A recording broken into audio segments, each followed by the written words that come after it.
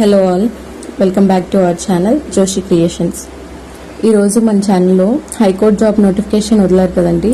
దీని గురించి అందరికీ తెలుసు. కాకపోతే ఈ హైకోర్టు జాబ్ నోటిఫికేషన్లో అసలు ఏం చదవాలి, ఏం చదవకూడదు, ఏ పోస్ట్కి ఏ సిలబస్ ఉన్నది చాలా మంది కన్ఫ్యూజ్ అవుతున్నారు. సో ఆ కన్ఫ్యూజన్ తీర్చడానికి ఈరోజు నేను ఈ వీడియో అయితే చేస్తున్నాను. Mainly junior assistant and office subordinate పోస్టులకి, రికార్డ్ అసిస్టెంట్కి ఏ సిలబస్ చదవాలన్నది చాలా మంది కన్ఫ్యూజ్ అవుతున్నారు.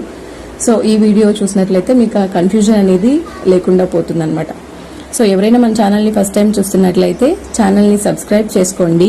అండ్ నా వీడియోస్ మీకు కనుక నచ్చినట్లయితే ఒక చిన్న లైక్ చేసి ఛానల్ని ఇంకొంతమందికి షేర్ చేయండి. లేట్ చేయకుండా స్టార్ట్ చేసేద్దాం. First junior assistant. ఇక్కడ జూనియర్ అసిస్టెంట్కి ఏ సిలబస్ అయితే ఉంటుందో అదే syllabus stenographer grade 3, typist, field assistant, record assistant ఈ అన్ని పోస్టులకి కూడా సిలబస్ సేమ్. అన్ని పోస్టులకి ఒకే రకమైన సిలబస్ ఉంటుంది. General knowledge and general English ఈ 2 సబ్జెక్ట్స్ మీద మనకు క్వశ్చన్స్ అయితే ఉంటాయి. 80 క్వశ్చన్స్ ఉంటాయి. అండ్ 80 క్వశ్చన్స్కి 80 మార్క్స్. ఒక్కొక్క క్వశ్చన్కి ఒక్కొక్క మార్క్ ఇవ్వబడుతుంది. అండ్ ఇందులో నెగిటివ్ మార్కింగ్ లేదు. కాబట్టి ఎక్కువ కాంపిటీషన్ అయితే ఖచ్చితంగా ఉంటుంది. సో ఎవరైనా ఇంతవరకు ప్రిపరేషన్ స్టార్ట్ చేయకపోతే వెంటనే స్టార్ట్ చేయండి. సిలబస్ ఏంటనేది ఇప్పుడు చూద్దాం. ఫస్ట్ జీకే అంటే జనరల్ నాలెడ్జ్. ఇందులో ఏవి ఇంక్లూడ్ చేశారన్నది మనకు క్లియర్గా నేను ఇక్కడ రాశాను. మీరు కూడా ఒక నోట్స్ తీసుకొని ఇక్కడ నుంచి క్లాసెస్ వింటూ నోట్స్ ప్రిపేర్ చేసుకోండి. మన ఛానల్లో అయితే వీడియోస్ అయితే అప్లోడ్ చేస్తున్నాము. డైలీ ఒక టాపిక్ మీద వీడియోస్ అయితే చేస్తాము.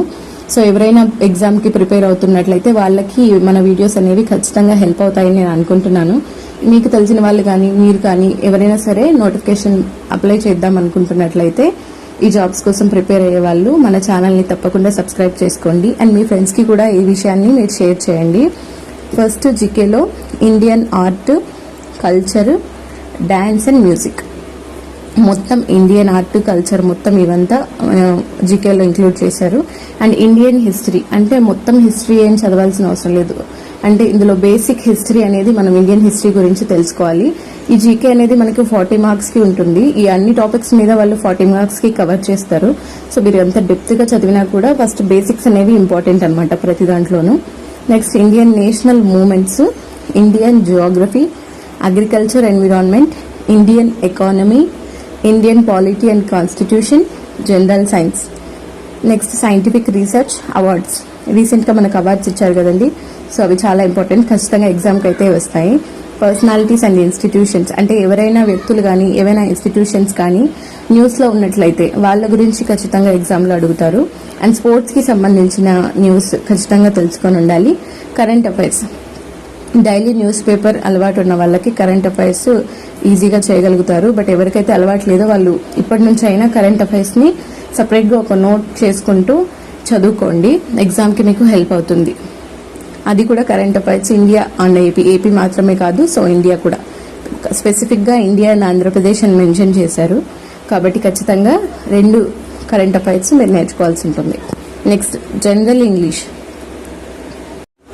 జనరల్ ఇంగ్లీష్లో reading comprehension, error spotting, cloze test, para జంబులు, సెంటెన్స్ జంబులు, odd sentence out, fill in the blanks, sentence completion, para completion, synonym, antonym, idioms and phrases, one word substitution. ఇదంతా మీకు junior assistant పోస్ట్కి అంటే ఇందాక చెప్పాను కదా, stenographer grade 3, junior assistant, typist, field assistant, record assistant ఈ అన్ని పోస్టులకి కూడాను ఈ GK and GE general English మాత్రమే ఉంటాయి. టోటల్గా 80 మార్క్స్కి ఉంటుంది. ఇక్కడ ఏంటి ఇది అండర్లైన్ చేశానంటే, ఇది ఆఫీస్ సబార్డినేట్ పోస్టులకి జనరల్ ఇంగ్లీష్లో ఈ అండర్లైన్ చేసినవి మాత్రమే ఉంటాయి. అందుకని ఇది అండర్లైన్ చేశాను. సో ఇక్కడి దాకా జీఈ వరకు మీకు జూనియర్ అసిస్టెంట్ పోస్టులకి సంబంధించిన వాళ్ళకి చదువుకోవాల్సి ఉంటుంది. నెక్స్ట్ ఈ ఆఫీస్ సబార్డినేట్ పోస్టులు ఏవైతే ఉన్నాయో, ఆఫీస్ సబార్డినేట్తో పాటు ప్రాసెస్ సర్వర్ అండ్ డ్రైవర్ ఈ పోస్టులకి కూడా సిలబస్ సేమ్గా ఉంటుంది. ఈ పోస్టులకి ఏంటంటే జీకే కామన్గా ఉంటుంది. కాకపోతే జనరల్ ఇంగ్లీష్ అనేది ఓన్లీ 10 మార్క్స్కే ఉంటుంది. మిగిలిన 30 మార్క్స్కి మెంటల్ ఎబిలిటీ ఉంటుంది. సో ఇంగ్లీష్లో వీళ్ళకి సిలబస్ తగ్గించి మెంటల్ ఎబిలిటీ సిలబస్ని ఇంక్లూడ్ చేశారు. వీళ్ళు 30 మార్క్స్కి మెంటల్ ఎబిలిటీ ఎగ్జామ్ అనేది రాయాలి. ఇక్కడ దాకా జూనియర్ అసిస్టెంట్కి మాత్రం జీకే అండ్ జనరల్ ఇంగ్లీష్ అంతే, ఇంకేం లేదు. ఒకవేళ ఆఫీస్ సబార్డినేట్ పోస్టులకు మీరు వేస్తున్నట్లయితే జీకే, దాంతోపాటు జనరల్ ఇంగ్లీష్లో ఇక్కడ అండర్లైన్ చేశాం కదా, synonym, antonym, idioms and phrases, one word substitutions, ఇవి మాత్రం ఉంటాయి. వాటితో పాటు స్పెల్లింగ్ ఎర్రర్స్ కూడా ఆఫీస్ సబార్డినేట్ పోస్ట్కి యాడ్ అవుతుంది. ఇవి 10 మార్క్స్కి మాత్రమే ఉంటాయి. ఎవరికి? ఆఫీస్ సబార్డినేట్ పోస్ట్కి. జూనియర్ అసిస్టెంట్కి మాత్రం కామన్గా 40 మార్క్స్కి ఉంటాయి. ఈ ఆఫీస్ సబార్డినేట్ సిలబస్ అనేది ప్రాసెస్ సర్వర్ అండ్ డ్రైవర్ 3 పోస్టులకి కూడా సేమ్గా ఉంటుంది. వీళ్ళకి జనరల్ నాలెడ్జ్తో పాటు జనరల్ ఇంగ్లీష్లో 10 మార్క్స్ ప్లస్ మెంటల్ ఎబిలిటీ 30 మార్క్స్కి ఉంటుంది. ఈ మెంటల్ ఎబిలిటీలో సిలబస్ ఏమేమి అనేది ఇక్కడ చూస్తున్నాం. Coding, decoding, syllogism, statement conclusion, analogy, arithmetic number series, problem solving, Venn diagrams, decision making, space visualization, direction and relationship concepts, similarities and differences, embedded figures, mirror images, completion of pattern, figure matrix.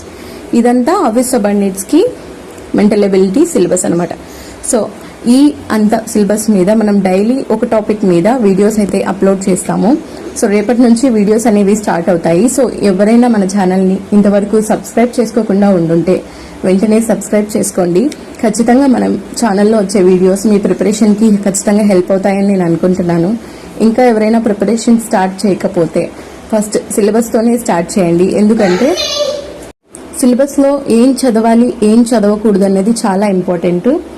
సిలబస్లో మనం లేనిది కూడా చదవడం వల్ల మనకు చాలా time waste అవుతుంది. And లేని చదివినా కూడా అది ఎగ్జామ్లో అయితే అస్సలు రాదు. కాబట్టి ఉన్న సిలబస్ని ఖచ్చితంగా క్లియర్గా మీరు తెలుసుకొని ఫస్ట్ ఎంత చదవాలి, ఏం చదవాలి అన్నది తెలుసుకొని తర్వాత మీరు ప్రిపరేషన్ని స్టార్ట్ చేయండి. Thank you for watching.